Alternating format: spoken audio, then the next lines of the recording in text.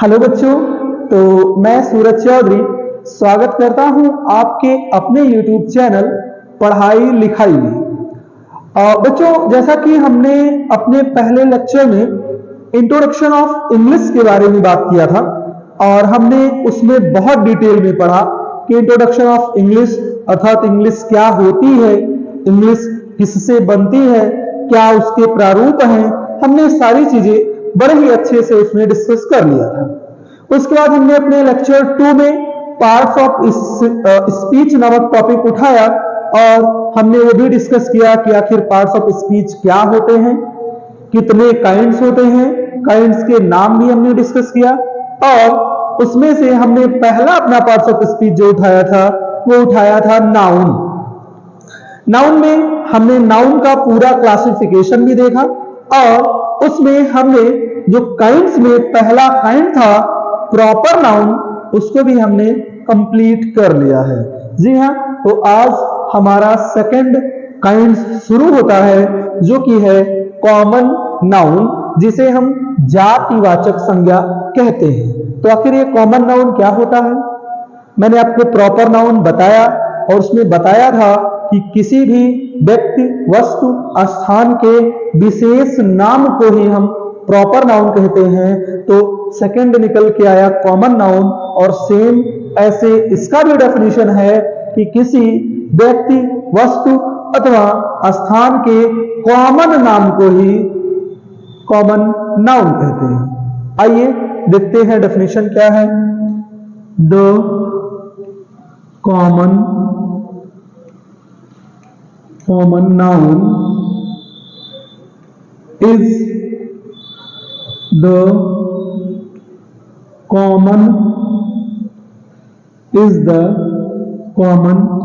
name of a person,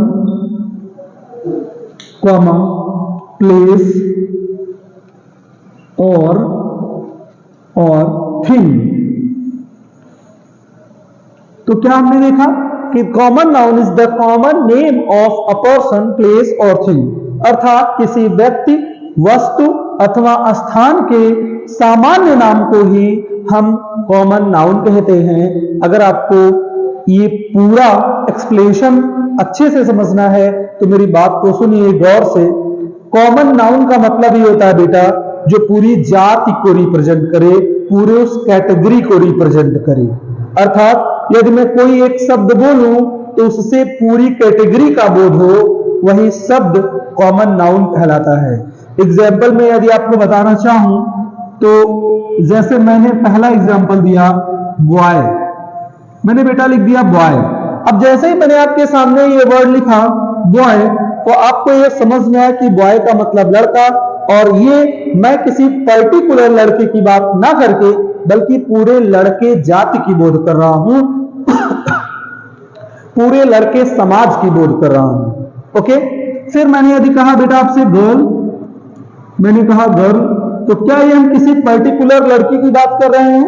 नहीं, हम पूरी लड़की समाज की बात कर रहे हैं, जितनी भी लड़कियां हैं सब की बात कर रहे हैं। तो यहां पर हो गया ये गर्ल। फिर मैंने कोई फ्रूट ले लिया या कोई भी, चलो प्लेस में कर लेते हैं, बाई चांस सिटी आ गया, शहर।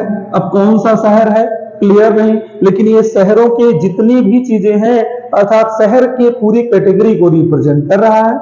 थिंग में देख लेते हैं बेटा, पेन हो गया। अब कौन सा पेन है कभी क्लियर नहीं हुआ, लेकिन ये पूरे पेन की जाति का बोध कर रहा है। मैंने कोई खाने की चीज ले लिया, कोई भी चीज, चलिए केक ले लेता हूं, केक मैंने कह दिया, तो क्या केक से आपको क्लियर है कि मैं कौन से केक की बात कर रहा हूं? नहीं। और यही केक पूरे केक की वैरायटी को दिखा रहा है, तो इसीलिए केक क्या है? कॉमन नाउन है। ओके, आई होप आपको कॉमन नाउन अब तो क्लियर हो गया होगा। आइए थर्ड हमारा नाउन है, बात करते हैं। हमने थर्ड पढ़ा था मैटेरियल नाउन। मैटेरियल नाउन जिसे हमने कहा था पदार्थवाचक संज्ञा। मैटेरियल नाउन क्या होता है?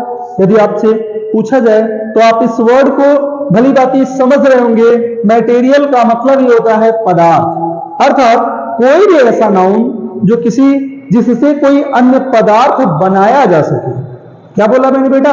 तो मैंने कहा कोई भी ऐसा पदार्थ जिससे अन्य पदार्थ बनाया जा सके, अर्थात अन्य चीजें बनाई जा सके, उस पदार्थ को ही हम मटेरियल नाउन कहते हैं। आइए इसका डेफिनेशन देखते हैं। तो लिखते हैं मटेरियल नाउन, ऐसे ना लिखकर अगर हम इसको और अच्छी लैंग्वेज में लिखें तो लिखें a noun which is used to make another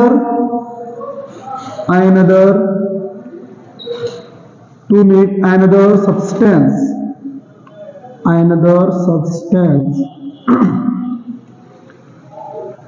is called material noun। अर्थात कोई भी ऐसा पदार्थ जिससे हम एक नया पदार्थ बना सकें, वही पदार्थ ही हमारा मटेरियल नाउन कहलाता है। जैसे एग्जाम्पल में यदि हम देखें तो हमने सबसे पहला एग्जाम्पल लिया गोल्ड का। जी हाँ, सोना एक पदार्थ है इससे आभूषण बनाए जा सकते हैं, सोने के सिक्के बनाए जा सकते हैं, सोने के बिस्किट बनाए जा सकते हैं, ऐसे सोने की पतली पतली पन्नियां बनाई जाती हैं। तो सोना क्या है? एक मटेरियल नाउन है। फिर मैंने बात किया बेटा आपसे यदि सिल्वर, तो सिल्वर भी एक मटेरियल नाउन है, सिल्वर से भी कुछ ना कुछ बनाया जाता है। मैंने बात किया बेटा आपके सामने दूध से भी विभिन्न प्रकार की चीजें बनाई जाती हैं। जैसे हमने खोया बना लिया, हमने स्वीट्स बना लिए, हमने पनीर बना लिया, बहुत अच्छा। तो इसके अलावा हमने ईटीसी कर दिया। ओके, ऐसी कोई भी पदार्थ जिससे अन्य पदार्थ बनाए जा सके, उन्हीं पदार्थों को ही हम मटेरियल नाउन के कैटेगरी में रखते हैं। जैसे मैंने आपके सामने यदि बेटा पूछा कि वुड कौन सा नाउन है, तो आप क्या बताएंगे? तो आप जानते हैं वुड मतलब लकड़ी, और लकड़ी से हम घर के फर्नीचर अर्थात कुर्सी, मेज, बहुत सारी चीजें बनाते हैं। तो लकड़ी हमारा एक मटेरियल नाउन है। ओके, आइए अपने फोर्थ काइंड्स पे चलते हैं, जो कि अच्छा, आप इन सारी चीजों को अपने नोट्स में अवश्य मेंशन करते चलिएगा। ओके, आइए फोर्थ देखते हैं।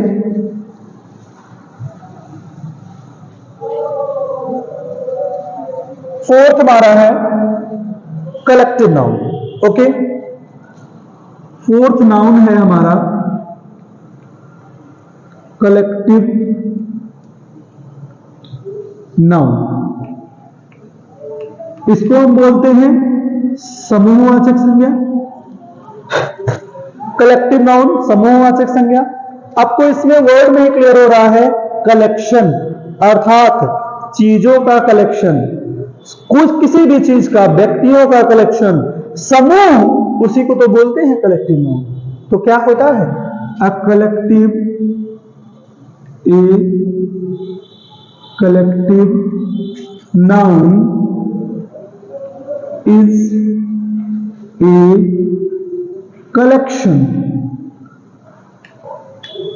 a collection of same things as a new is called collective noun. तो क्या लिखा मैंने लिखा collective noun is a collection of same things as a new, अर्थात समान प्रकार की चीजों का समूह जब एक नया नाम दे दिया जाता है तो उसे ही हम कलेक्टिव नाउन कहते हैं। ऐसे नहीं बेटा किसी भी प्रकार की चीजों को लाओ, इकट्ठा करो, कलेक्टिव नाउन बन गया। नहीं, चीजें जो आप इकट्ठा करेंगे वो सेम होनी चाहिए, और उस सेम चीजों को इकट्ठा करने के बाद उसको एक नया नाम जब दे दिया जाएगा तो वही नाम जो होगा वही कलेक्टिव नाउन बनकर निकल के आएगा। जैसे एग्जाम्पल यदि मैं बात करूं तो आप इस वर्ड को काफी बार सुने होंगे, आर्मी। आर्मी क्या है? आर्मी क्या है? ये है ग्रुप ऑफ सोल्जर्स। ये ग्रुप ऑफ सोल्जर्स है, यानी सैनिक। अब सैनिक तो सब समान ही होंगे, तो उन्हें सैनिकों के, एक समान सैनिकों को इकट्ठा किया गया और इकट्ठा करके उन्हें एक ग्रुप बनाया गया, और उस पूरे ग्रुप को हमने क्या नाम दे दिया? आर्मी दे दिया। ठीक है, मैंने अगला बोला बैंड। बैंड मतलब बैंड बाजा बारात, आपने सुना अवश्य होगा। ये बैंड वही है। बैंड क्या होता है? तो group of musicians. Group of musicians, group of musicians अर्थात म्यूजिशियंस सभी एक जैसे, और उन्हें इकट्ठा करके ग्रुप बनाया और उस ग्रुप का नाम हमने दिया बैंड। तो हमारा ये बैंड एक कलेक्टिव नाउन है। लेकिन यदि आपसे पूछूं सोल्जर्स कौन से नाउन है या म्यूजिशियंस कौन से नाउन है, तो आप बेटा तुरंत ही बताएंगे कि ये कॉमन नाउन है, क्योंकि ये पूरे सोल्जर जाति को बोध कर रहे हैं, ये पूरे म्यूजिशियंस का बोध कर रहे हैं, उनकी जाति का बोध कर रहे हैं। तो ये कौन से नाउन हो गए? ये सब कॉमन नाउन हो गए, और इनके ग्रुप को एक नया नाम दिया गया, तो ये सब क्या हो गए? Collective noun. ओके, तो आइए अपना लास्ट नाउन के बारे में डिस्कस कर लेते हैं, जो हमारा सबसे अंतिम नाउन है। हमारा सबसे अंतिम नाउन एब्स्ट्रैक्ट नाउन। बेटा मैं आपसे बार बार कह रहा हूं, आप इन चीजों को अपने नोट्स में अवश्य मेंशन करते रहिएगा। आइए हमारा फिफ्थ है एब्स्ट्रैक्ट नाउन। एब्स्ट्रैक्ट नाउन जिसे हम भाववाचक संज्ञा बोलते हैं। भाववाचक संज्ञा बोलते हैं। और अब तो वैसे क्लियर चल रहा होगा, भाववाचक संज्ञा अर्थात जिसमें भाव हो। अब भाव वो नहीं जो भाव मारते हैं, वो भाव नहीं, फीलिंग वाला भाव, जिसे एक्सप्रेस केवल किया जा सकता है, जिसे ना तो छुआ जा सकता है ना ही देखा जा सकता है, केवल और केवल उसे फील किया जा सकता है, महसूस किया जा सकता है, उन्हीं को भाव कहते हैं। आप एक और भाव सुने होंगे, भाव मार रहे हैं। एक और भाव सुने होंगे कि इतने रुपए भाव चल रहे हैं उसके, 10 रुपए किलो उसका भाव है। वो भाव नहीं है, फीलिंग की बात हो रही है। ओके, तो आइए देखते हैं इसका डेफिनेशन क्या है। तो डेफिनेशन है feeling, okay,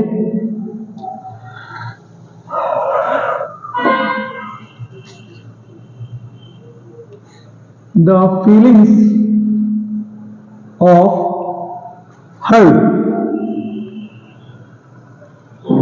or feelings of hurt or condition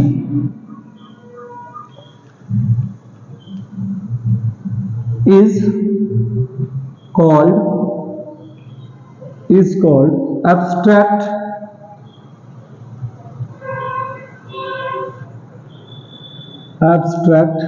noun. Note point में ध्यान रखें,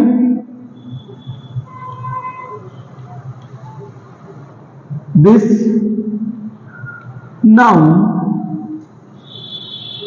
can't be seen, comma heard, comma touched, but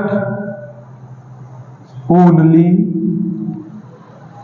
it can be felt। अर्थात ये नाउन ना तो देखा जा सकता है, ना तो सुना जा सकता है, ना तो स्पर्श किया जा सकता है, ये केवल और केवल महसूस किया जा सकता है, केवल इसे फील किया जा सकता है। ओके, जैसे एग्जाम्पल की यदि मैं बात करूं, मैंने आपको बताया था बाय चांस कोई इलनेस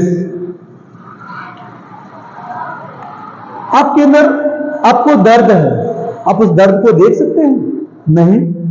आप उस दर्द को छू सकते हैं? नहीं। आप उस दर्द को सुन सकते हैं? नहीं। केवल और केवल उसे आप फील कर सकते हैं, महसूस कर सकते हैं। मैंने कहा लव, प्यार होता है, मम्मी पापा का प्यार, क्या उसे देखा जा सकता है? उसे सुना जा सकता है? उसे स्पर्श किया जा सकता है? नहीं, ये भी केवल और केवल फील किया जा सकता है। फिर मैंने कहा काइंडनेस, दयालुता, ये भी वही बेटा है। दयालुता को भी ना तो देखा जा सकता है, ना सुना और ना ही स्पर्श किया जा सकता है, केवल और केवल महसूस किया जा सकता है। जी हाँ, तो ये पांचों नाउन थे जिनके बारे में मैंने डिस्कस कर दिया है। अब मैं आपको एक एक्सरसाइज देने जा रहा हूं, अर्थात मैं आपको कुछ सेंटेंसेज देने जा रहा हूं जिनमें से आपको सबसे पहले नाउन्स छांटने हैं, और नाउन्स छांटने के बाद आप उसमें कोशिश करें कि कौन सा वर्ड कौन सा नाउन है, अर्थात उनके काइंड्स के नाम भी लिखने हैं। जैसे मैं आपको एक एग्जाम्पल बताता हूं, ओके? आइए, और आप इन सेंटेंसेस के जो भी आंसर होंगे उसे आप अपने कमेंट में अवश्य देंगे, ठीक है? जैसे पहला सेंटेंस है, children likes, children like sweets, ये पहला सेंटेंस है, ओके? चिल्ड्रन लाइक स्वीट्स, बच्चे मिठाई पसंद करते हैं। अब इसमें तीन वर्ड है, इन तीनों वर्ड्स में से कौन सा वर्ड नाउन है और कौन सा नहीं है? तो आप देखें, सबसे पहले हमें मिला चिल्ड्रन, चिल्ड्रन भी एक नाउन है बेटा, लाइक नाउन नहीं है, स्वीट एक स्वीट्स एक नाउन है। अब ये तो हमने छांट लिया नाउन कौन कौन से हैं, लेकिन चिल्ड्रन कौन सा नाउन है? तो चिल्ड्रन हम जानते हैं, चिल्ड्रन हमारा कॉमन नाउन होता है। क्यों? क्योंकि ये सभी बच्चों को रिप्रेजेंट कर रहा है, किसी पर्टिकुलर बच्चे को रिप्रेजेंट नहीं कर रहा है। स्वीट्स मिठाइयां, क्या आपको मिठाइयों से पता चला कौन सी मिठाई? क्या मैंने कोई स्पेसिफिक नाम बताया? नहीं। तो ये पूरे जाति को बोध कर रहा है, ये भी क्या है आपका एक कॉमन नाउन है, ओके? ऐसे ही बेटा आपको छांटना है अपने नोट्स में भी, और आपको कमेंट में अवश्य मेंशन करना है सभी आंसर्स को। तो आइए, उसके लिए मैं आपको कुछ सेंटेंसेस दे रहा हूं, ठीक है? और आज का हमारा जो पार्ट्स ऑफ स्पीच में नाउन का काइंड्स का जो बात था, उनका डेफिनेशन क्लियर हुआ।